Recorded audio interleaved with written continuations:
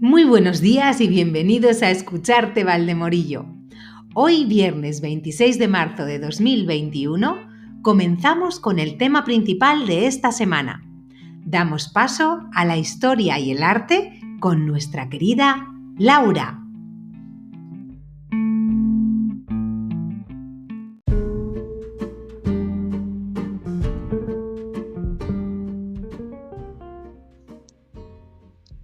Muy bien, pues vamos a comenzar hoy con Laura Di Nobile, como sabemos todos, vecina de Valdemorillo y socia fundadora del Centro Elba. El Centro Elba es un centro especialista en egiptología, expertos en egiptología, mejor dicho, historia antigua e historia del arte. Y hoy Laura nos va a hablar sobre un hallazgo. Hola Laura. Hola, ¿qué tal, Carmen? Muy bien, ¿cómo estás? Aquí esperándote. Genial. Bueno, pues cuéntanos, a ver, ¿sobre qué hallazgo nos vas a hablar hoy? Bueno, pues un hallazgo de los más importantes dentro de la egiptología. Perdón, hoy estoy un poco afónica. Nada, por el 1871, cuando unos jóvenes de la familia Abdel Rasul, que hoy conocemos como la familia de los ladrones de tumbas, allá en la zona de que hoy conocemos como Luxor, encontraron una tumba llena de cosas, de objetos maravillosos, y poco a poco empezaron a venderlos. Al salir al mercado, evidentemente el servicio de antigüedades, que controlaba ya todo el tráfico de las antigüedades en Egipto, empezó a notar demasiadas cosas interesantes y buenas en el mercado de antigüedades. Papiros muy buenos, objetos de alta calidad. Y entonces, Maspero, que era entonces el director del servicio de antigüedades, su amigo coleccionista Charles Edwin Wilbur hicieron una trampa, fingiendo que querían comprar cosas, les ofrecieron cosas y bueno, el resumen es que se había descubierto una tumba realmente impresionante. Más que tumba la podríamos llamar escondite, los que los franceses llamaron cachette. Los hermanos Abdel Rasul desde hacía 10 años, nada menos, iban sacando objetos e iban viviendo. Evidentemente hubo que convencerlos durante 2 meses, no voy a decir cómo, pero todos nos imaginamos, para que dijeran dónde estaba la tumba, ¿no? Y entonces, precisamente cuando se descubre, cuando ellos comentan realmente dónde estaba, el director del servicio de antigüedades, Gastón Maspero, estaba en París. Estaba en Francia en ese momento. Por lo tanto, el tema le tocó a su ayudante, que se llamaba Émile Brux y que era un joven que no tenía a lo mejor demasiadas luces.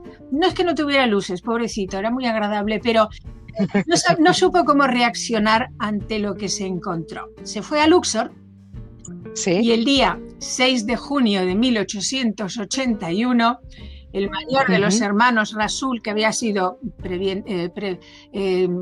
previamente convencido, llevó a Bruce y a 2 ayudantes a un pozo que está situado en un lugar donde no se puede encontrar por casualidad, un pozo que tenía unos 2 metros por 2 metros, muy grande, como unos 15 de profundidad, que en teoría debía estar todo lleno. Bajaron por ahí pues con cuerdas. Y cuando llega Émile Brux alumbrándose con una antorcha, se encuentra con algo que yo imagino que lo habrá dejado paralizado. Era un túnel de unos más o menos unos 100 metros, lleno de sarcófagos, a un lado y al otro. Madre mía. Entonces, este hombre empieza a mirar alrededor de los sarcófagos, algunos estaban abiertos, había vendaje suelto por ahí, había cantidad de objetos, y empieza a mirar las tapas de los sarcófagos y lee los nombres de los difuntos, porque los sarcófagos tenían que llevar siempre el nombre del difunto en la tapa exterior. A ver nombres como Amenhotep I, Tutmosis I, Tutmosis II, es decir, empezó a ver los nombres de los faraones más conocidos de la historia de Egipto. Ramsés II, yo creo que a este hombre le debe haber dado un síncope. Era un gran peligro, porque imagínate, un túnel lleno de objetos muy secos por el tiempo que ha pasado y estos hombres paseándose por ahí con una antorcha. Total, Sí, sí. que mientras tanto en la boca del pozo se habían ido juntando, se habían reuniendo la gente del pueblo, porque claro, las Sí, autoridades habían descubierto lo que era su banco de vida. Bueno, total claro. que este hombre se empezó a poner un poco nervioso. Según que iba andando por el túnel, muy oscuro, muy estrecho, es un túnel que debe tener unos 60 de altura, nada más, imagínate la escena. Ujú. Sí, es casi mi estatura. Pues imagínatelos con una antorcha en ese ambiente tan seco. Bueno, total, Sí. que se pone nervioso y dice, aquí las cosas hay que sacarlas, pero ya. Claro, cuando nosotros estudiamos eso nos entra un poco de una angustia, ¿no? Bueno, la cuestión es que en una semana, con la ayuda del ejército, vació todo, embaló todo, no hizo ningún dibujo, ninguna fotografía, evidentemente, no tomó ninguna nota, sacó todo eso y lo embarcó en el barquito que subía hasta el delta del Nilo, hasta el Cairo, que era donde estaba. Sí, Todavía no existía ni siquiera el museo que todos conocemos hoy. Es decir, cuando se lo sí, llevó, sí. no sabía qué hacer con ello, no sabía dónde llevarlo y no sabía ni cómo llevarlo. Bueno, lo embalaron, como dicen, envueltos en velas de barco. Tú fíjate, no tenía ni siquiera cajas para poner todos esos objetos. Bueno, Sí, cuentan que cuando los subieron al barco y el barco empezó sí, a navegar por el Nilo abajo, las sí. mujeres del pueblo, todas en el borde, en lo que sería así, el borde del Nilo, haciendo ese grito tan característico, digamos, funerario, porque realmente se llevaban, sinceramente nadie cree que lloraran porque se llevaban los faraones, se llevaban su medio de vida desde hacía 10 años, ¿no? Bueno, la Claro. cuestión es que estos objetos tan maravillosos llegan al Cairo y en el Cairo había una aduana. Entonces, ¿cómo se declaraba eso? Parece mentira dentro del mismo país, ¿no? Entonces, Sí. lo declaran como pescado seco porque no tenían cómo declarar momias, ni objetos, ni nada. O sea, cosas realmente. No estaba registrado de ninguna manera, ¿no? ¿Cómo hacerlo? Efectivamente. Total, que este hombre llega a lo que era un palacio que les habían prestado para ir recogiendo las antigüedades y allí los colocaron. Sí. Lo que pasa es que se trataba nada menos que había 17 reyes, no sé cuántas princesas, personajes importantes, más todos sus ajuares. Habían sido evidentemente saqueados, faltaba todo el oro y los posibles adornos valiosos de los ataúdes. Algunas momias, como la del gran Tutmés III, había sido destrozada para sacarle las joyas que había en el interior. Pero bueno, la cuestión es que cuando eso llega al Cairo lo colocan como pueden, alguna caja se había un poco revuelto y claro, Sí. ¿qué hacía todo eso en ese lugar? Porque estamos hablando de reyes cuyos reinados transcurrieron a lo largo de varios cientos de años. Pues evidentemente los saqueadores de tumba han existido siempre. Los ladrones siempre han existido. Las tumbas reales eran saqueadas al poco tiempo de cerrarse. Dejaban las momias tiradas por ahí y se llevaban las joyas que todo el mundo sabía que estaban en los enterramientos. Total, que hay un momento en lo que nosotros conocemos como la dinastía 21, que los reyes, que en realidad en ese momento quienes reinan, hacia el 1075 a.C., quienes reinan son los grandes sacerdotes del clero de Amón, deciden recoger todos los restos de los faraones que estaban dispersos por las distintas tumbas, los vendan de nuevo, los arreglan un poquito, le ponen la etiqueta con sus nombres, los vuelven a poner en los ataúdes, que eran casi todos de madera, y los colocan todos en ese escondite. El pozo lo rellenaron y en teoría por ahí no lo debería haber encontrado nadie. Lo que pasa es que es evidente que quienes revendaron los faraones, digamos que los mezclaron un poquito. Nos hemos encontrado a Ramsés II pues, en el ataúd de Orengeb, por ejemplo, otro rey. Eso quiere decir que quien lo hacía lo más probable es que no supiera leer. Pero bueno, son esas anécdotas de un hecho que fue sumamente importante porque ahí aparecieron casi todos los faraones que hoy se pueden identificar, más o menos, algunos de sus ajuares. Y claro, lo que más duele a los investigadores es que no hay ni una sola nota de todo eso. Lo sabemos simplemente pues como un cuento, como te lo he contado yo a ti, pero este programa, sí, ha sido fíjate, de voz en voz que se ha ido transmitiendo, ¿no? Pero no hay ningún protocolo escrito, nada. pues que que permitiera saber hoy con más exactitud cómo fue todo esto. Sí, porque si se hubiera sabido hasta el lugar en el que estaba colocado cada rey, se hubiera podido conocer mucho más. Tú imagínate que esto el pobre Bruce lo hizo en una semana. Y ahora compáralo con el hallazgo de la tumba de Tutankamón, que Howard Carter tardó 10 años en vaciarla. Claro. Y bueno, Laura, ahora, ¿dónde están todos estos hallazgos? ¿Que siguen en Egipto? Algunos están en el British de Londres, me imagino, ¿no? Pero más o menos. Perdona, no. Vamos a ver. De todos estos, parece ser que antes de que se encontrara esto, una momia salió de allí, la momia de Ramsés I, sí. Y no se sabe cómo, bueno, sí, vendiéndola, fue a parar, se dice que a un museo del norte de Estados Unidos.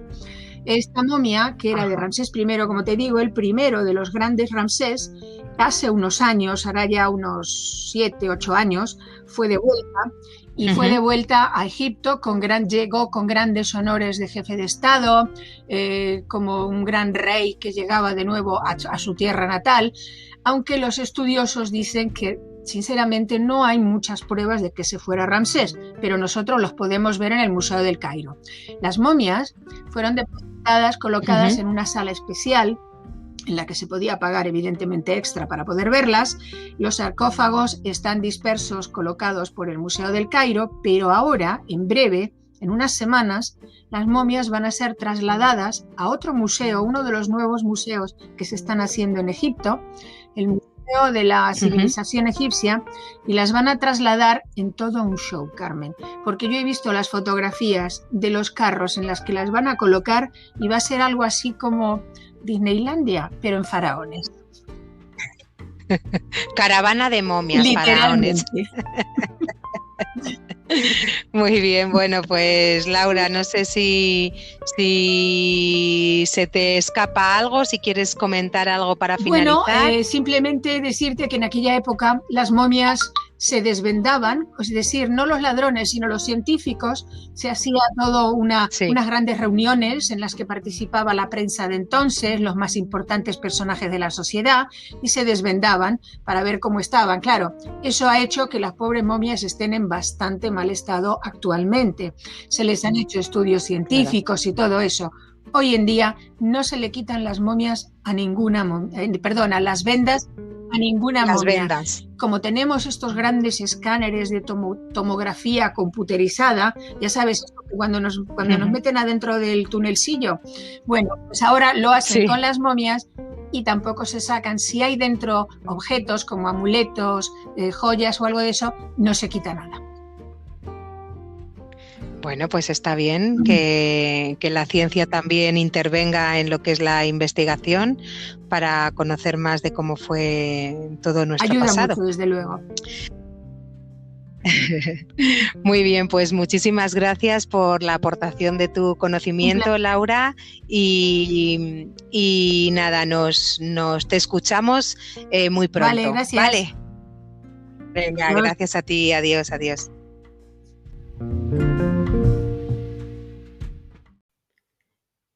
Y de los grandes reyes y descubrimientos de Egipto, nos vamos a continuación al teatro con Santiago Herrán. Adelante, Santi.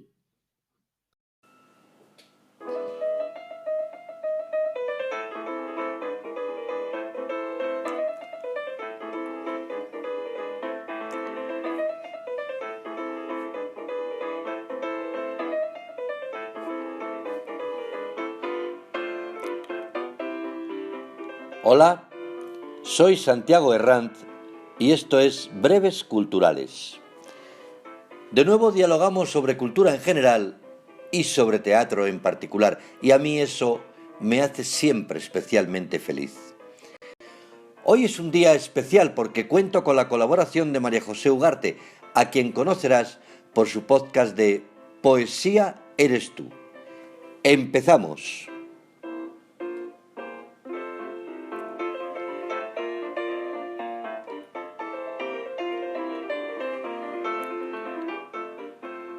Cada año, el 27 de marzo, se celebra el Día Mundial del Teatro. La fecha y la celebración fue instaurada en 1961 por el Instituto Internacional del Teatro. Su principal objetivo ha sido siempre dar a conocer lo que representa el teatro para la cultura a nivel mundial. Durante este día se celebran en todo el mundo actos y eventos relacionados con la escena. En todos los escenarios del mundo se lee antes de comenzar el espectáculo el manifiesto internacional elaborado por parte de una figura de talla mundial. En este mensaje, esa persona, actor, actriz, autor o dramaturgo de relevancia, comparte sus reflexiones acerca de la cultura y el teatro. La primera vez que se celebró el Día Mundial del Teatro, en el año 1962, fue el poeta, dramaturgo y cineasta francés Jean Cocteau quien escribió y difundió su mensaje. Después, cada año le siguieron otros nombres destacados como Arthur Miller, Laurence Olivier, Pablo Neruda, Richard Burton, Antonio Gala, Umberto Orsini, John Malkovich o Darío Fo. El teatro es un movimiento cultural de trascendencia mundial, que se caracteriza por la puesta en escena de una historia, con o sin palabras, por un grupo de comediantes para el disfrute de los espectadores. Es una de las artes escénicas en la que se conjugan gran variedad de elementos: luces, voz, escenografía, gestos, expresión corporal, música, y unidos, todos o parte de ellos, producen un maravilloso espectáculo. El teatro tiene la particularidad de despertar sentimientos, emociones, pasiones. Para el espectador, la posibilidad de interactuar con el actor es un momento único e inolvidable, irrepetible. Desde la antigüedad, esa magia ha estado presente. Hay obras, textos, que son y han sido por los siglos emblemáticos en el teatro para todos los espectadores del mundo. Romeo y Julieta, La Celestina, 6 personajes en busca de autor, Don Juan Tenorio, Hamlet, Fuente Ovejuna, La vida es sueño, La casa de Bernarda Alba y tantas otras. El manifiesto de este año corre a cargo de la actriz Helen Mirren y dice así: Este ha sido un momento muy difícil para las presentaciones en vivo y muchos artistas, técnicos, artesanos, hombres y mujeres han luchado en una profesión que ya de por sí está cargada de inseguridad. Quizás esa inseguridad, siempre presente, les ha hecho más capaces de sobrevivir a esta pandemia con ingenio y coraje. Su imaginación se ha traducido en estas nuevas circunstancias en formas ingeniosas, entretenidas y conmovedoras de comunicarse, gracias en parte a este nuevo invento que es Internet. Los seres humanos se han contado historias desde el principio de los siglos, desde que habitamos el planeta. La hermosa cultura del teatro vivirá mientras sigamos aquí. El impulso creativo de hombres y mujeres que hacen posible cada día la magia del teatro nunca se sofocará. Y en un futuro muy cercano, florecerá con una nueva energía y una nueva comprensión del mundo que todos compartimos. No puedo esperar.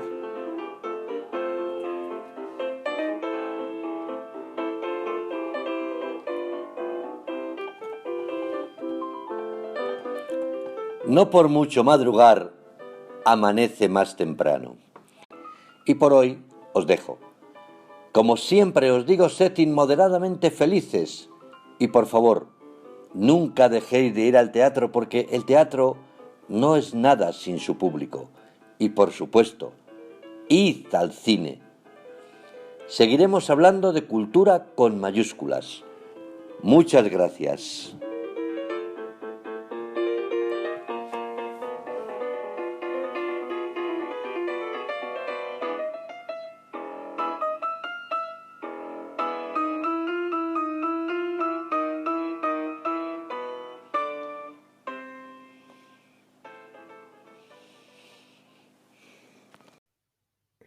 Muchísimas gracias, Santi. Y cambiando de tercio, recordamos que la vida es como un espejo. Nos sonríe si la miramos sonriendo. ¿Verdad, Mercedes?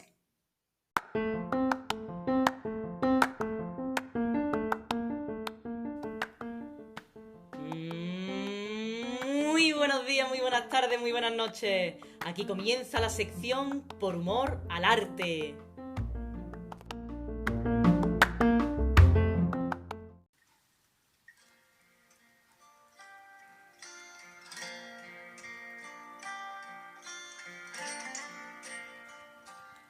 Hola, presta atención. Eso es lo que me digo yo a mí misma cada día cuando tengo que concentrarme en algo y se me va la cabeza a otro lado. Siempre tuve ese problema, ¿eh? Pero yo creo que con la edad cada vez estoy peor. Me distraigo con cualquier cosa.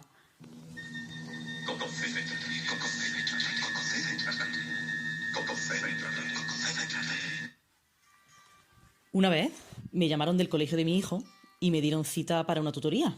Y cuando fui, yo toda preocupada, me dice la tutora: le he hecho venir para decirle que su hijo se distrae mucho en clase y no presta atención. Y le digo: esa mesa es de Ikea, ¿verdad? Ay, mi niño tiene a quien parecerse, a su madre, claro está. Todavía recuerdo mis años de colegio e instituto, lo que me costaba atender en clase. Un día le eché valor y le dije a un profesor: perdón, que me he distraído, ¿puede repetir? Y dice: ¿desde dónde? Y le digo: desde que empezó el curso. Ay, anécdotas como esa tengo unas cuantas. Como otra vez que un profesor me dice: ¿estás atendiendo? Y digo: sí. Dice: a ver, ¿qué dije? Y le digo: que sí estoy atendiendo. Y cuando llega la noche, me cuesta muchísimo dormirme, no consigo concentrarme. Me dicen que cuente ovejas.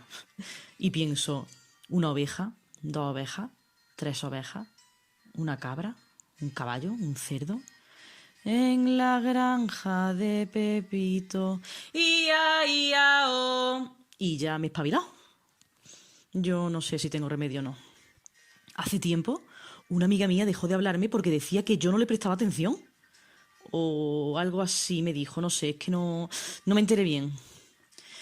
A mí, si me ponen un examen tipo test, con poco tiempo para responder, y me preguntan: del 1 al 10, ¿cuál es tu capacidad de prestar atención? Yo contesto: la B.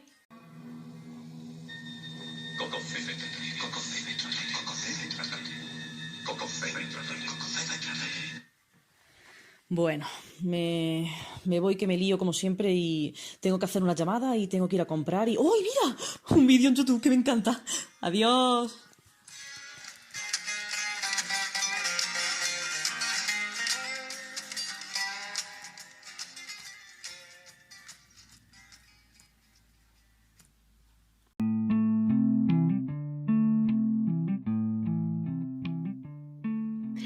Muchísimas gracias, Mercedes, por traer el sentido del humor a Escucharte, Valdemorillo. Gracias a nuestros colaboradores y, por supuesto, gracias, queridos oyentes, por estar ahí, al otro lado, un episodio más. Recordad que podéis escribirnos a escuchartevaldemorillo@gmail.com. Y así finalizamos nuestro programa de hoy. Por favor, come rico sin culpa. Baila sin vergüenza, ríete del qué dirán y júntate con gente que sepa disfrutar la vida. Carmen, desde Escucharte Valdemorillo, te saluda afectuosamente y te espera la próxima semana. ¡Hasta pronto!